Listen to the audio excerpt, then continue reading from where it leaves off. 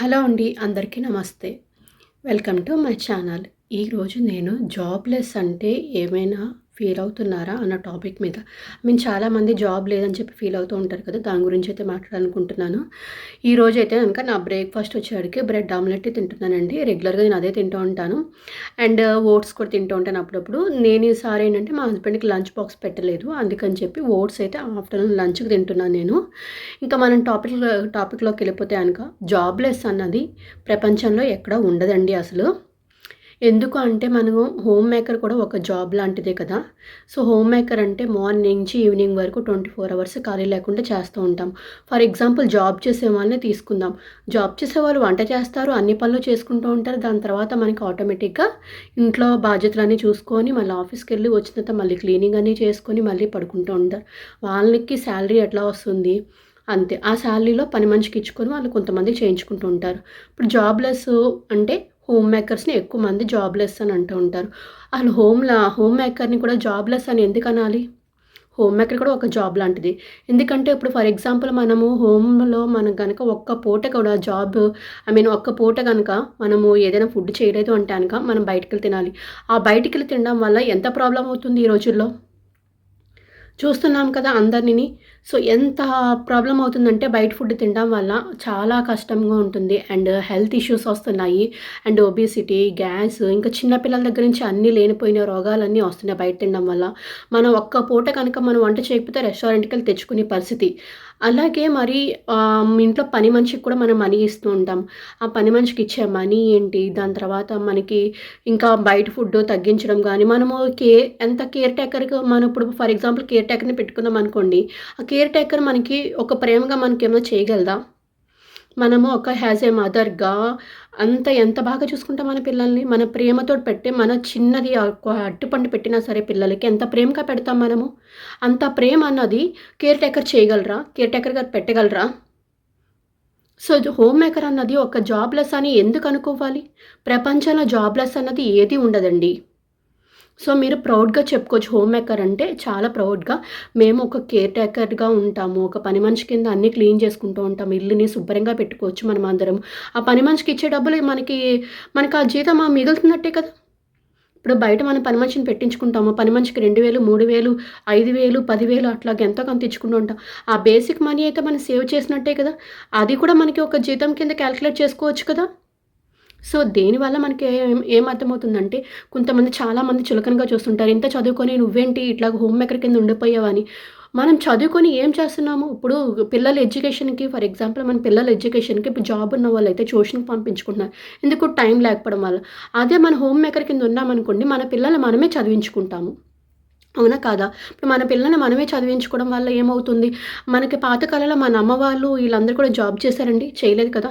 Job చేయలేదు కాబట్టే మన అమ్మ వాళ్ళు మనల్నందరిని ఇంత బాగా చదివించుకొని, మన ఫా మన మా పేరెంట్స్ ఎవరైతే ఉంటారో మన ఫాదర్స్ వీళ్ళందరూ కూడా కష్టపడి బయటికెళ్ళి వర్క్ చేసి వచ్చేటప్పటికి ఇంట్లో ఒక ఇల్లాలంటూ ఉండి చక్కగా వేడివేడిగా కాఫీ అయినా లేదంటే గనుక ఒక ఫుడ్ అయినా గానీ పెట్టి పిల్లల్ని కరెక్ట్ టైంకి చదివించుకొని, టైంకి ఫుడ్ పెట్టుకొని, టైంకి మేనేజ్ చేసుకొని అన్నీ చేయగలిగేది ఎవరు అంటే హోమ్ మేకర్. హోమ్ మేకర్ అన్నది ఒక జాబ్‌లెస్ అన్న ఒక్క వర్డ్ వల్ల ఎంత హర్ట్ అవుతున్నారంటే లేడీస్ చాలా హర్ట్ అవుతున్నారు. మనకి ఇందులో హోమ్ మేకరు చాలామంది అంటుంటారు హోమ్ మేకరే కదా! అని. ఆ హోమ్ మేకర్ జాబే ఒక్కరోజు చేసి చూడమనండి. ఎవరైనా కానీ అనేవోళ్ళు చాలా ఈజీగా అంటారు. హోమ్ మేకర్ పొద్దుట 5:00 నుంచి ఈవినింగ్ వరకు చేస్తూనే ఉంటారు. సో, దీనివల్ల మనకి ఎంత ఉంటుంది అసలు వాల్యూ ఎంతుంటుంది? నేనిది ఎవరిని ఉద్దేశించి చెప్పట్లేదండి. ఇదంతా నా పర్సనల్ ఎక్స్‌పీరియన్స్ గురించి చెప్తున్నాను. నాకు అదే షంటింగ్ ఉంటుంది. సో, అందుకని నేను చెప్తున్నాను నేను. ఏంటి ఇంత చదువుకొని కూడా మీరు ఇట్లానే ఉండిపోతున్నారంటే నేను పిల్లల్ని చదివించుకుంటున్నా. ఒక టైంకి నీకు పెడుతున్నాను నేను. నేను గనక బయటికెళ్ళేటట్టయితే గనక ఏమవుతది? నీకు ఆ టైంకి నాకు ఒంట్లో బాగోకపోయినా నేను బయటికెళ్ళినా గానీ ఏమవుతది? నువ్వు బయటికెళ్ళి రెస్టారెంట్‌లో తెచ్చుకోవాలి. ఆ రెస్టారెంట్‌లో తెచ్చుకునేటప్పటికి నీకు గ్యాస్ట్రిక్ రావడమో, లేదంటే గనక ఫుడ్ పాయిజన్ అవ్వడమో, లేదంటే వామిటింగ్స్ అవ్వడమో, హెల్త్ ఇష్యూస్ ఏదో ఒకటి రావడమో అవుతుంది. అలా హెల్త్ ఇష్యూస్ వచ్చినప్పుడు మళ్ళీ ఏమవుతుంది? నువ్వు చివరికి ఎక్కడికి రావాలి? నీ వైఫ్ దగ్గరికే రావాలి. హ్మ్. వైఫ్ దగ్గరికొచ్చి నువ్వు ఇట్లా నాకిట్లా బాలేదని చెప్పేసి మళ్ళీ నీకు ఫీవరొచ్చినా, ఏదొచ్చినా గానీ సేవ చేయాల్సింది వైఫే. మరి ఇంత హోమ్ మేకర్‌గా ఉన్నది వైఫే గాబట్టి, వైఫ్‌కి నువ్వు ఎంత వాల్యూ ఇవ్వాలి నువ్వు అక్కడ? సో ఇదంతా ఒకసారి గుర్తుపెట్టుకొని మనము చేసే పని అండ్ ఇంకోటేంటంటే మనము ఖాళీగా అయితే ఏమి ఉండట్లేదండి. మనం ఒక కేర్ టేకర్‌గా ఇంట్లో ఉంటున్నాము. పొద్దున్నుంచి సాయంత్రం వరకు మనకి ఎవరికో ఒకరికి మన రెస్పాన్సిబిలిటీ తీసుకొని, ఒక హస్బెండ్ మార్నింగ్ ఏం చేస్తాం, ఒక హస్బెండ్‌కి, పిల్లలకి బాక్సులు పెట్టుకొని పంపించుకుంటాం. వాళ్ళు వెళ్ళిపోయిన తర్వాత ఏం చేస్తాం, ఇల్లు క్లీనింగ్ చేసుకుంటాము. అవునా కదా! ఇల్లు క్లీన్ చేసుకొని పిల్లలన్నీ డర్టీగా పెట్టినయన్నీ అంతా తీసి ఇల్లు క్లీన్ చేసి శుభ్రంగా నీట్‌గా పెట్టి చేస్తాము. అవును కదా! 100% కరెక్ట్ ఇదంతా. అందరి ఇళ్లలోని సేమ్ సిట్యుయేషను. సో, ఇట్లా చేసిన తర్వాత ఒక హాఫ్ అన్ అవర్ రెస్ట్ తీసుకొని మన పేరెంట్స్ తోటి మాట్లాడుకుంటాం. మన పేరెంట్స్ తోటి మాట్లాడుకున్న తర్వాత మన పనులు మనం చేసుకుంటూ ఉంటాము. చేసుకొని మళ్ళీ వాళ్ళు మన ఇలా కూర్చునే టైం కూడా ఉండదు. మళ్ళీ పిల్లలొచ్చేస్తారు. పిల్లలొచ్చిన తర్వాత మళ్ళీ సేమ్ యాజ్ ఏ రొటీన్‌గా మళ్ళీ పిల్లలకి అన్నం తినిపించుకోవడాలు, మళ్ళీ సాయంత్రం వంట చేసుకోవడాలు ఇవన్నీ ఉంటాయి. మధ్యలో ఏం చేస్తాము, ఇంకా పెద్దవాళ్ళుంటే పెద్దవాళ్ళకి ఏమన్నా అవసరమైనయి వస్తువులు ఇటువంటియన్నీ చేర్చడాలు, వాళ్ళకి కావాల్సినయన్నీ ఏర్పాటు చేయడాలు, ఇంకా బయటికెళ్ళి తెచ్చుకోవడాలు. బయటికెళ్ళి కూడా మనం తీసుకొస్తున్నాం కదండీ! ఆడవాళ్ళు అని చెప్పేసి ఎందుకు చులకనగా చూడాలి? బయటికెళ్ళి మనం అంతే ఇదిగా తెచ్చుకుంటున్నాం. గ్రోసరీస్ తెచ్చుకుంటున్నాము. మనం చదువుకున్నది ఏదైతే ఉందో నాలెడ్జ్ మన సంస్కారాన్ని ఇచ్చింది కదా! మనల్ని ఒకళ్ళని రెస్పెక్ట్ చేసి వాళ్ళని మనం చక్కగా మాట్లాడుతున్నాము. మర్యాద ఇస్తున్నాం కదా వాళ్ళకి. మనం లోకుగా కట్టట్లేదే.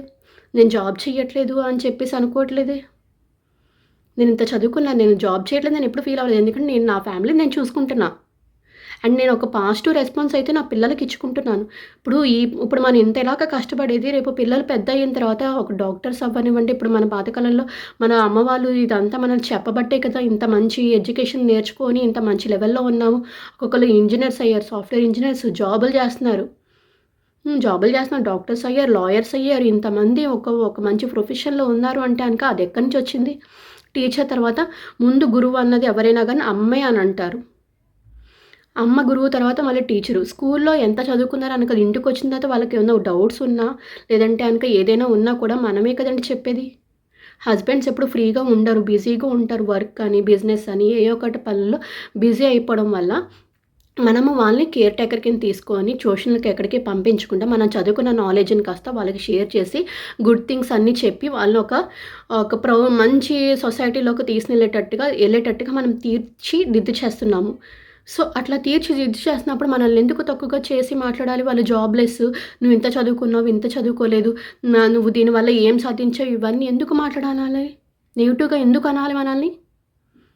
నెగెటివ్ అవసరం ఏమున్నది ఇందులో? సో, ఎవ్వరైనా కనుక మిమ్మల్ని మీరు జాబ్ చెయ్యట్లేదు అని చెప్పేసి అంటే మీరు ప్రౌడ్‌గా చెప్పండి. నేను జాబ్ చెయ్యట్లేదు అన్న పేరుకే గానీ నేను నీకు ఎంత సేవ చేస్తున్నాను పొద్దున్నుంచి సాయంత్రం వరకు నేను సేవ చేస్తానే ఉంటున్నాను. అండ్ మీ ఇంట్లో పేరెంట్స్‌ని నేను జాగ్రత్తగా చూసుకుంటున్నాను. నేను గనక లేకపోతే గనక ఏమవుతది? ఒక హోమ్ మేకర్ అన్న వర్డ్ ప్రపంచంలోనే అతి పెద్ద జాబ్ అండి. మన ఫ్యామిలీని కేర్ చేసుకోవడం అన్నది చాలా అతి కష్టమైన అండ్ ఇప్పుడేంటంటే మనకి పెళ్ళయిన తర్వాత 2 ఫ్యామిలీస్ రిలేటెడ్‌గా ఉంటాం. ఇటు అత్త వాళ్ళు, ఇటు అమ్మ వాళ్ళు. ఇటు అత్త వాళ్ళతోటి మాట్లాడతాము, అమ్మ వాళ్ళతోటి మాట్లాడతాం. అండ్ అత్త వాళ్ళ ఇంట్లో కంబైన్డ్ ఫ్యామిలీ కూడా ఉంటూ ఉంటాం. వాళ్ళని జాగ్రత్తగా చూసుకుంటూ ఉంటాం. అలాగే అమ్మ వాళ్ళకి బాగోలేదంటే గనక అటు వెళ్తాం. సో, ఎవరిని ఇందులో తక్కువ చేసి మాట్లాడము. అలాగే ఎవరిని కూడా మనము కేర్‌లెస్‌గా వదిలేము. పిల్లలకి బాగోకపోయినా మనమే. అండ్ పెద్దవాళ్ళకి బాగోపోయినా మనమే. ఎవరికి బాగోపోయినా గానీ ముందు ఉండేది మనమే. ఆడవాళ్ళే. అది కూడా హోమ్ మేకర్‌గా ఉన్న వాళ్ళే ప్రతి దాంట్లోని ఫస్ట్ ఉండి బయటికెళ్ళి చేసుకునే పనులేంటి, ఇంట్లో చూసుకోవడం ఏంటి, క్లీనింగ్ ఏంటి అన్నీ ఏ టు జెడ్ సర్వీస్‌గా అయితే ముందుకుండేది హోమ్ మేకరే. సో, నేను చెప్పొచ్చేదేంటంటే ప్రపంచంలోనే జాబ్‌లెస్ అన్నది ఏది ఉండదు. మీరు జాబ్‌లెస్ అన్నది ఫీలింగ్ కూడా ఏమి పెట్టుకోవద్దు. ప్రౌడ్‌గా చెప్పొచ్చు హోమ్ మేకర్ అన్నది. ఇందులో పాజిటివ్ థింగ్సే తప్ప నెగెటివ్ థింగ్స్ లేవు. ఫర్ ఎగ్జాంపుల్ జాబ్ చేసేవాళ్ళ పరిస్థితే ఆలోచించుకుందాం. జాబ్ చేసే వాళ్ళకి శాలరీ వస్తుంది. అది హోమ్ మేకర్‌కైతే జాబ్‌లెస్ కాబట్టి శాలరీ లేదు. కానీ మనం ఒకసారి ఆలోచించుకుంటే మనం ప్రతీది పొద్దున్న చేసి సాయంత్రం వరకు చేసే పనికి విలువ కట్టగలరండి ఎవరైనా? విలువ కట్టలేరు. ఎందుకంటే మనం చేసే పని ఎవరు చేయలేరు అంత ఇదిగా. కేర్ టేకర్స్‌ని పెట్టుకోవచ్చు. కానీ అంత ప్రేమని వాళ్ళిచ్చి మాట్లాడలేరు. సో, నేను ఒకటే చెప్పాలనుకుంటున్నాను. నాకు నచ్చినట్టుగా నేను ఉండాలనుకుంటున్నాను తప్ప ఎవరో ఫోర్స్ మీద ఏది చెయ్యదలుచుకోలేదు నేను. సో, నా ఒపీనియన్ ఏంటంటే జాబ్‌లెస్ అన్నది ఏది ఉండదు ప్రపంచంలో. హోమ్ మేకర్ అన్నది అతి బెస్ట్ అండ్ కష్టమైన డిఫికల్ట్ పననమాట. 2 ఫ్యామిలీస్‌ని కేర్ చేసి చేయడం అన్నది చాలా చాలా కష్టము. అండ్ జాబ్ చేసి వచ్చిన తర్వాత కూడా పని చేసుకుంటున్నారు కదా కొంతమంది అనుకోవచ్చు. ఒక్కొక్కరికి మీటింగ్స్ ఇవన్నీ ఇరిటేషన్‌లో ఉండడం వల్ల ఏదైనా ఒక్క పొరపాటున మాట అన్నారంటే గనక, ఆ పొరపాటు మాట వల్ల మనకి గొడవలయిపోయి చాలా దూరం వెళ్ళిపోతున్నాయన్నమాట. చాలా కేసులు చూస్తున్నాం ఈ మధ్యలో. నువ్వెంత సంపాదిస్తున్నావు, నేను అంతే సంపాదిస్తున్నాను కదా! నీకెంత వాల్యూ ఉంటుందో నాకు అంత వాల్యూ ఉంటుంది కదా అని కంపారిజన్ ఎక్కువ అవుతుంది ఈ మధ్యలో. చాలా అండర్‌స్టాండింగ్ తక్కువ ఉంటున్నాయి వాళ్ళకి. నేనెందుకు చూడాలి వీళ్ళని, నేనెందుకు చెయ్యాలి వీళ్ళని అన్న మాటలైతే వస్తున్నాయి. సో, అలా కాకుండా హోమ్ మేకర్ అయితే గనక ఎటువంటి ప్రాబ్లమ్స్ ఏమి ఉండవు. అండ్ 100% షూర్‌గా మీకు వాల్యూ ఇచ్చేటట్టుగా మనమే చేసుకోవాలండి. అండ్ ఈ గుర్తింపులో మనకేమన్నా గనక టైం ఉంటే గనక మన గుర్తింపు మనమే తెచ్చుకోవాలి. మనకి ఏదో ఒక టాలెంట్ ఉంటుంది. ఆ టాలెంట్‌లో మనమే ఎళ్లి ఓకే. నాకు ఈ టాలెంట్ ఉంది కదా! నేనెందుకు చేసుకోకూడదు? నలుగురికి తెలిసేట్టుగా చెయ్యాలి అని చెప్పి మనం ఏదైనా గుర్తింపుగా చేసుకుంటే అదే విషయం మనల్ని ప్రౌడ్‌గా ఫీల్ అయ్యేటట్టుగా ఉంటుంది. పిల్లల దగ్గర ఏంటి, పేరెంట్స్ దగ్గర ఏంటి, ఎవరి దగ్గరైనా గానీ ప్రౌడ్‌గా చెప్పుకోవచ్చు అనమాట. నేను ఖాళీ టైంలో ఇది చేసుకొని నేను సక్సెస్ అయ్యాను నా లైఫ్‌లో. పిల్లల ముందు ఫ్యామిలీలో నేను ప్రౌడ్‌గా ఫీల్ అవుతున్నాను ఇప్పుడు అని చెప్పేసి ప్రౌడ్‌గా ఫీల్ అవ్వచ్చు. నాకు తెలిసి మీ అందరికీ అర్థమైంది అనుకుంటున్నాను. ఏ టాపిక్ అయితే మాట్లాడాలనుకున్నానో ఆ టాపిక్ అయితే నేను మాట్లాడాను. మీ అందరికి నచ్చిందని అనుకుంటున్నాను. ఇంకా మీకు ఎవరికైనా నచ్చింది ఇంకా ఈ టాపిక్ మీద ఇంకా మాట్లాడాలి అనుకుంటున్నాను. లేదంటే గనక ఈ టాపిక్ మీరు బాగా చెప్పారండి. లేదంటే ఇంకా ఏమన్నా డీటెయిల్‌గా చెప్పండి అని అన్నా కూడా నేను రెడీగా ఉన్నానండి ఫేస్ టు ఫేస్ మాట్లాడడానికి. మీరు ఎవరైనా గనుక నాకు నచ్చినట్టయితే గనక సబ్స్క్రైబ్ చేయండి, లైక్ చేయండి. ఇంకా మీకేమైనా డౌట్స్ ఉంటే గనక కింద మెసేజ్ చేయండి. Thank you so much. Bye bye. ఎవరినైనా హర్ట్ చేసి ఉంటే మటుకు మెయిన్‌గా ఎవరినైనా హర్ట్ చేసి ఉంటే గనక ఐయామ్ రియల్లీ వెరీ సారీ. నేను ఎవరిని ఉద్దేశించి చెప్పలేదండి. నేను జనరల్‌గా చెప్పాను నేను ఇది. సో, అంతే జనరల్‌గా నేను మాట్లాడాను. ఇది నా ఎక్స్‌పీరియన్స్ మాత్రమే నేను చెప్తున్నాను నేను.